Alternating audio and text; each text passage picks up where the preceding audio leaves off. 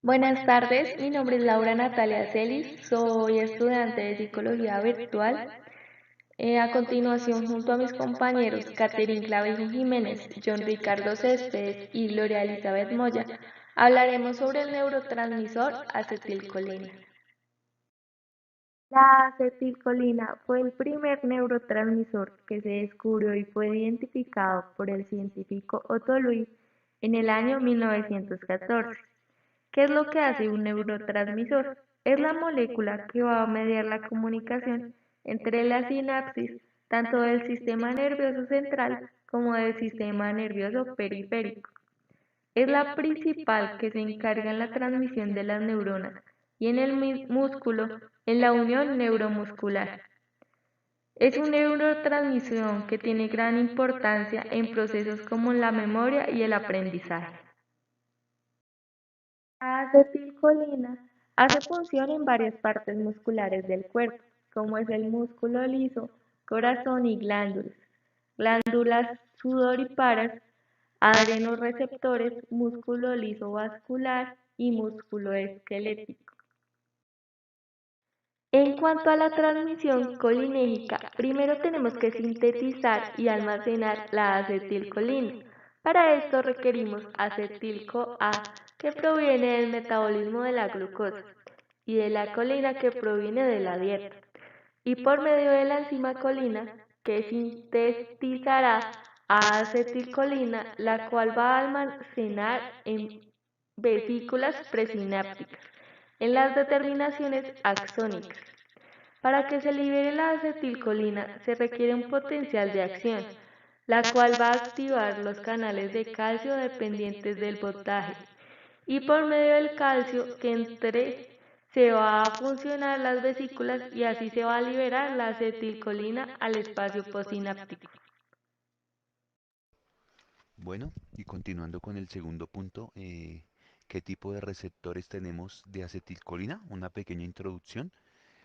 Los receptores, hay receptores ionotrópicos, son los canales iónicos que al unirse al neurotransmisor alteran la permeabilidad de la membrana para un determinado ion.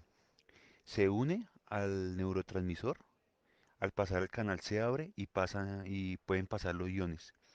Y están los receptores metabotrópicos que involucran la actividad y se unen como segundos mensajeros químicos. Eso es lo que hacen los receptores ionitrópicos y metabotrópicos. ¿Qué tipos de receptores tenemos de acetilcolina? Hay dos tipos principales colinérgicos y son nicotínicos y muscarínicos. Los receptores nicotínicos están localizados en el sistema nervioso central, pero preferentemente en la unión neuromuscular, en el sistema nervioso periférico, o sea, entre la unión del músculo específicamente en el músculo esquelético. El, también estamos hablando de los receptores muscarínicos. Estos se dividen en varios subtipos. Se localizan hay unos subtipos que pueden ser el M1, M4 y M5 que están en el cerebro y tienen funciones como memoria, aprendizaje y movimiento del sistema nervioso periférico. El M2, ya hablamos del M1, M4 y M5, que es el cerebro. El M2 se encuentra en el corazón y su función es la disminución de la frecuencia cardíaca. También es un receptor muy importante. De este mismo muscarínico está el M3, que está en el músculo liso y tiene que ver con el movimiento peristáltico, la musculatura gruesa gastrointestinal del tubo digestivo. La acetilcolina hace parte de los neurotransmisores del sistema nervioso parasimpático y autónomo, que es un transmisor del sistema nervioso parasimpático y el sistema nervioso autónomo. El parasimpático cumple muchas funciones con la acetilcolina específicamente. El sistema nervioso periférico se une con el músculo, el sistema nervioso musculoesquelético recibe esos receptores de nicotina. El sistema nervioso parasimpático son los receptores muscarínicos que tienen el movimiento y la locomoción. La acetilcolina activa los receptores a nivel del sistema nervioso musculoesquelético, los divide y activa los receptores nicotínicos. El sistema nervioso parasimpático activa los receptores muscarínicos de nivel central como son el M1, el M2 y el M3. La acetilcolina, una vez que activa sus receptores, vuelve a su espacio sináptico, activa y cumple la función de retorno. Y en este retorno este retorno es el proceso, hay una enzima que degrada a la acetilcolina. Esto hace parte de los receptores sinápticos y los dos tipos de principales de receptores de la acetilcolina. Vías de paso en el cerebro. Este neurotransmisor es el más abundante del sistema nervioso y es el mensajero imprescindible que facilita la comunicación entre las neuronas. Fue el primer neurotransmisor identificado por Henry Haller. La acetilcolina se encuentra en el sistema nervioso central que incluye el cerebro y la médula espinal. También se encuentra en el sistema nervioso periférico, que es la red de nervios ubicada fuera del cerebro y de la médula espinal. Actúa a través de dos tipos de receptores, muscarínicos, que son los metabotrópicos, y los nicotínicos, que son los ionotrópicos. En el sistema nervioso central, la acetilcolina actúa de forma excitatoria. Gracias a su interacción entre neuronas y células nerviosas, promueve y regula los procesos de motivación, excitación, atención y memoria. Por medio de este neurotransmisor, asimilamos nueva información y cuidamos de nuestro estado de ánimo. Tenemos células específicas en nuestro organismo que reaccionan exclusivamente con la acetilcolina. Tanto es así que el prosencéfalo basal y el hipocampo necesitan de dicho neurotransmisor en concreto para poder llevar a cabo sus tareas.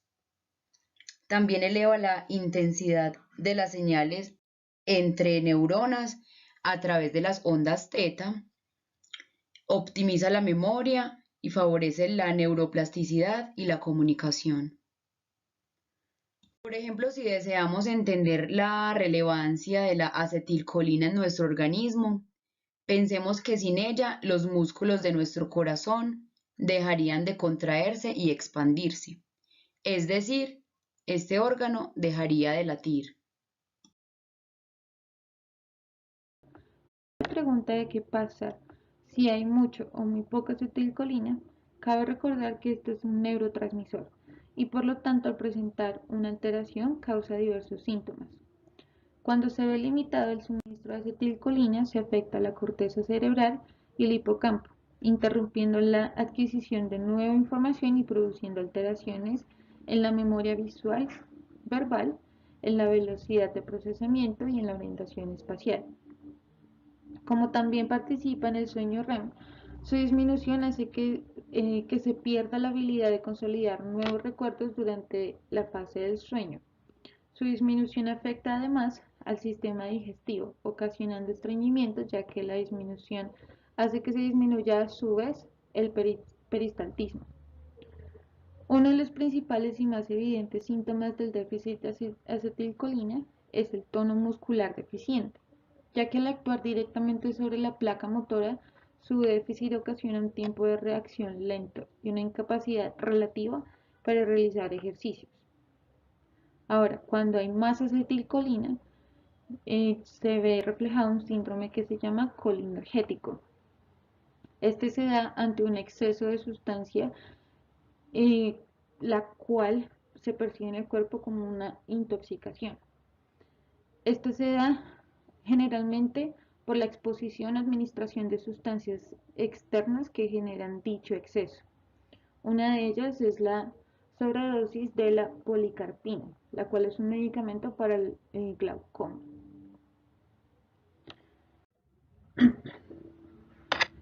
Este afecta directamente el músculo esquelético, los vasos sanguíneos, las glándulas sudoríparas, la médula suprarrenal y las glándulas salivales, produciendo así lo que se veía anteriormente como exceso al llorar, exceso en sudoración, exceso de mucosa nasal, vómitos, pupilas dilatadas, eh, eh, salivación excesiva, diarrea y bradicardia.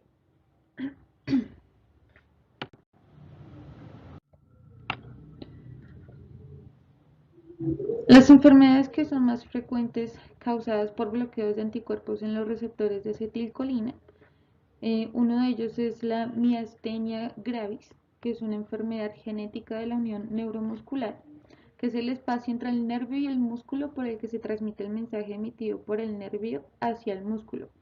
Eso quiere decir la comunicación entre el nervio, que es el que da las órdenes, y el músculo, que es el que actúa. En este caso es el propio sistema inmunitario que genera anticuerpos que obstruyen y cambian algunas de las señales nerviosas a los músculos, lo cual los debilita. Se manifiesta con la afección de los músculos oculomotores, los de la cara, los músculos flexores de la nuca, de la cintura, los músculos del tronco y los músculos respiratorios. En este caso se puede ver en esta parte que hay un anticuerpo bloqueando uno de los receptores. ¿Qué genera esto? Que al momento de la liberación de la acetilcolina, este receptor no reciba ninguna de ellas, causando así que la acetilcolina quede en el espacio sináptico. Uno de los fármacos disponibles para tratarlo son la anticolinestéricos y los diaminopirina. Otro de los casos más comunes, también causado por los bloqueos de anticuerpos en los receptores de la acetilcolina, es el síndrome de Lambert-Eaton. Este es un trastorno autoinmune que quiere decir que el sistema autoinmune ataca por error a células y a tejidos sanos. En este caso podemos ver cómo se hace la sinapsis de la acetilcolina en un caso normal. Esta se libera, aquí están los receptores de acetilcolina y cada uno de ellos recibe la acetilcolina. Este es el patológico en el que la liberación de acetilcolina es reducida, no se libera en la misma cantidad, y en este caso se puede ver el anticuerpo bloqueando los receptores. Por ende, al momento de la prosinapsis o al momento de que la acetilcolina sea recibida, no es suficiente para todos los receptores libres, algunos de ellos quedan libres y la poca acetilcolina que se transmite no es suficiente. Los tratamientos adecuados o el tratamiento que se da es al momento de bloquear los canales de potasio, que aumenta la liberación de calcio, generando así más liberación de acetilcolina. Esto no quita el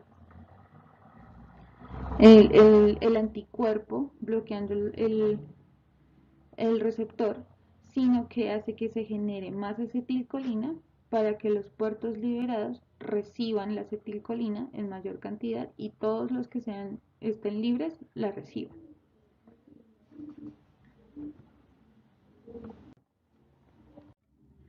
Uno de los fármacos más conocidos actualmente es el curare. Bueno, anteriormente se le conocía como curare. La historia dice que es usada por los pueblos indígenas en sus flechas al momento de cazar, puesto que produce parálisis y finalmente un colapso cardíaco. Este efecto se produce bloqueando la conducción nerviosa motora a nivel de la placa neuromuscular,